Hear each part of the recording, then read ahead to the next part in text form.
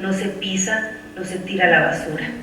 Entonces, después de que terminábamos de desgranar mis hermanas y yo, era levantar hasta el último maicito, porque mi madre me enseñó a decirle maicito, no maíz. Después era prender el clecuil, meterlo en el bote, echarle agua, ponerle cal y saber calcular la cal y saber calcular la cantidad de fuego. Y después era dejarlo reposar toda la noche, porque ese era el secreto histórico que hace nuestro maíz al nixtamalizarlo plenamente sano. El maíz es humano como nosotros, porque a un lado de la cama de mi abuelo y de mi abuela estaba el costal de la semilla seleccionada para el ciclo agrícola que venía, y junto con él estaba el alberjón, las habas y las calabazas. Yo aprendí que el maíz era humano. El maíz me hizo humana a mí, porque los días más felices de mi vida han girado en torno de un comal, comiendo una tortilla, un sope, un tamal. Entonces, el maíz para Mesoamérica es parte más que de un alimento de su alma y de su espíritu. Es más que una mercancía, como hoy lo quieren solamente ver. A partir de ahí, ¿cómo podemos nosotros impulsar una ley que fomente y que proteja una semilla que Mesoamérica creó? Porque el maíz es una construcción humana.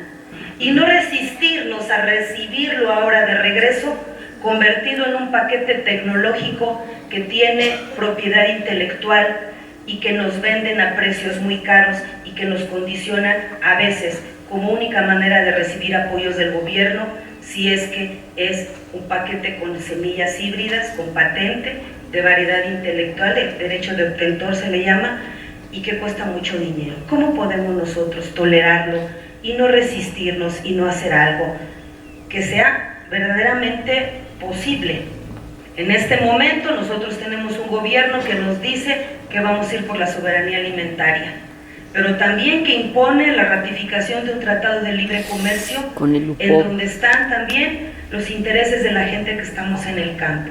Y nos encontramos en la disyuntiva de que en unos días, en cuanto llegamos, está por ratificarse el TEMEC como una renovación del Tratado de Libre Comercio.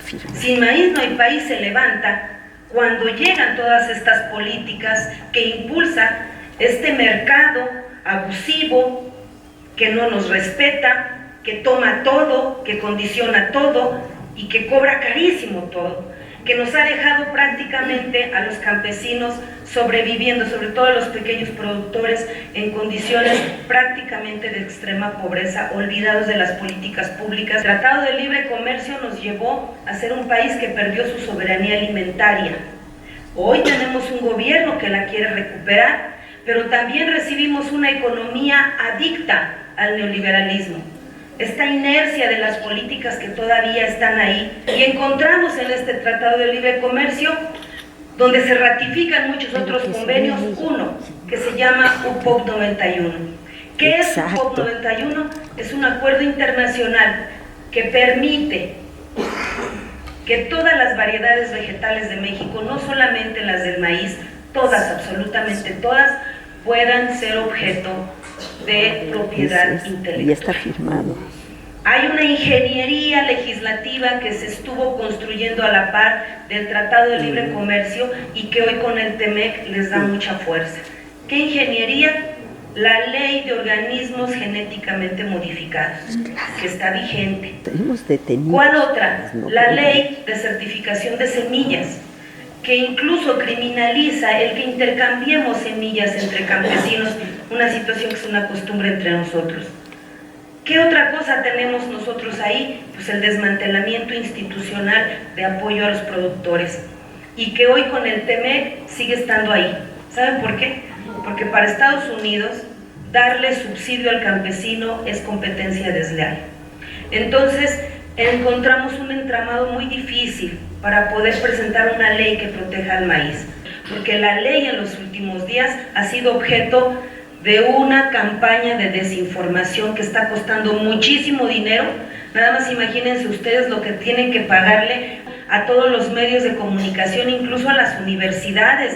Han tejido una campaña tan terrible en contra de la ley, que algo estamos haciendo bueno para que se atrevieran a desnudar sus intereses de esta manera, en un momento donde tenemos un gobierno que sí quiere ayudar a la gente del campo y que sí quiere recuperar soberanía alimentaria. Y entonces decidimos hacer una ley única en el mundo, compañeros, la Ley de Fomento y Protección al Maíz Nativo, porque la lucha en defensa del maíz que ha dado México a nivel internacional es histórica y es uno de los actos heroicos más grandes de la cultura y del arraigo del pueblo campesino ante su semilla madre, para ejemplo del mundo. Esta ley que estamos nosotros impulsando es una ley eminentemente declarativa de derechos humanos.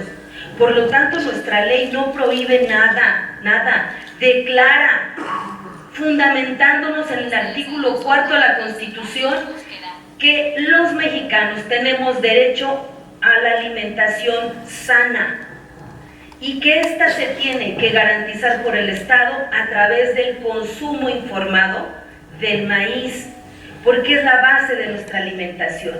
Porque los que tenemos pequeñas parcelas, 3, 4, 5 en las laderas, ahí en mi tierra, en Calpulalpan, hay quien tiene 8 hectáreas, 10 hectáreas, pero encuentro en Zacateco quien tiene 8 surcos, 4 surcos. Entonces, todos los productores tenemos nuestras costumbres de sembrar el maíz, desde la selección de nuestra semilla, los intercambios de nuestra semilla, la manera en cómo preparamos la tierra, y tiene que ver con conservar entonces, al declararlo Patrimonio Cultural de México, que todo lo que tiene que ver con su producción es también patrimonio cultural del pueblo de México.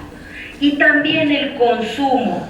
La nixtamalización no puede ser producto tampoco de propiedad intelectual, porque la nixtamalización es producto del conocimiento de la cultura ancestral de nuestro pueblo y debe de ser conservado como tal.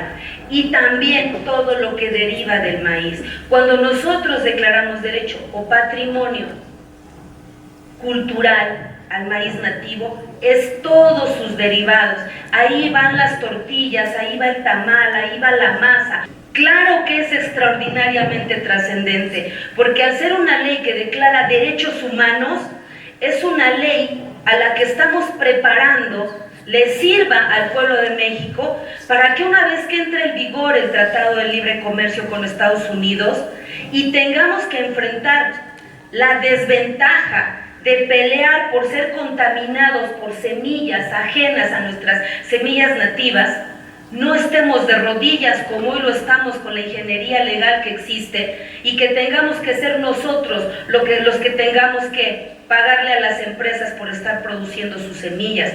Pero además, los tratados internacionales que hoy se están firmando le quitan soberanía a los tribunales judiciales nacionales para dirimir controversias comerciales. Entonces ya me imagino yo a nuestros campesinos en unos años yéndonos a pelear a los tribunales de donde es originaria la nación que nos vendió las semillas para ver si ganamos un juicio. Lo que estamos nosotros preparando con esta ley es que haya en un momento dado un litigio que tenga que ver por la preponderación de derechos. ¿Qué quiere decir eso? Que cuando se reúne la disputa entre qué derecho está encima del otro, nunca el dinero deberá estar por encima de los derechos humanos de las personas. Por eso esta ley es una ley declarativa de derechos humanos. Por eso esta campaña desmedida de los últimos días de las transnacionales que ven un negocio de millones de dólares perdido, porque al nosotros tener esta defensa vamos a poder rescatar lo que hoy está en nuestras manos, que es salvaguardar para el pueblo de México la semilla más sembrada y más importante del mundo, que es el maíz. Entonces nosotros, al declarar derechos humanos, vamos avanzando en la ley y decimos, bueno, si lo declaras un derecho humano, ¿ahora quién lo va a ejecutar? Pues el Estado.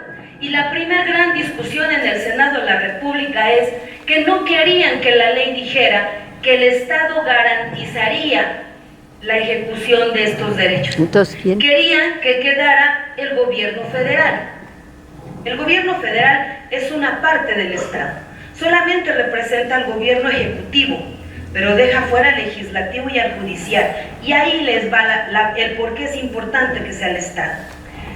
La organización en la que nosotros estamos defendiendo el maíz desde hace años, encontramos que se estaban empezando a liberar permisos de siembra experimental de maíz transgénico, sobre todo en el norte de la República, y que ya en el gobierno de Calderón estaban en la antesala más de 50 autorizaciones para ser liberadas. Hay una presión muy grande de los grandes empresarios del norte de México, esos que se llevan hasta hoy todavía más del 60% del presupuesto nacional, para que se liberaran ya los transgénicos en una total irresponsabilidad. Y impulsamos la demanda colectiva con 20 organizaciones más, bajo la mirada hasta indiferente de algunos que pensaban que no iba a pasar nada. ¿Y saben qué pasó?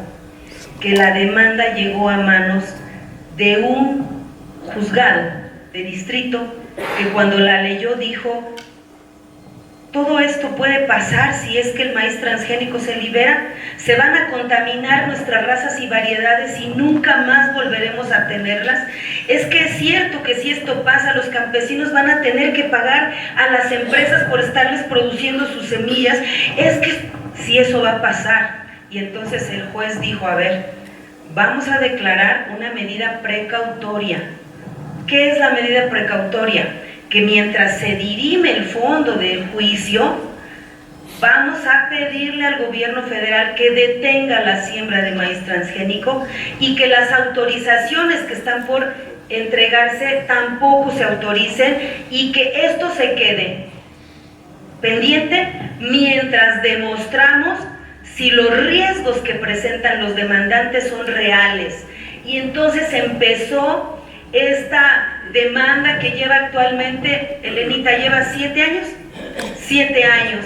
En México no están prohibidos los transgénicos. Un grupo de mexicanos bien nacidos fuimos y peleamos, y un juez tuvo que declarar que de medida precautoria por el momento no se siembre, pero ahí está el riesgo, ahí están autorizados, ahí están las leyes, ahí están los tratados comerciales, ahí está la desinformación, y ahí están los campesinos como último y más vulnerable de las cadenas de producción.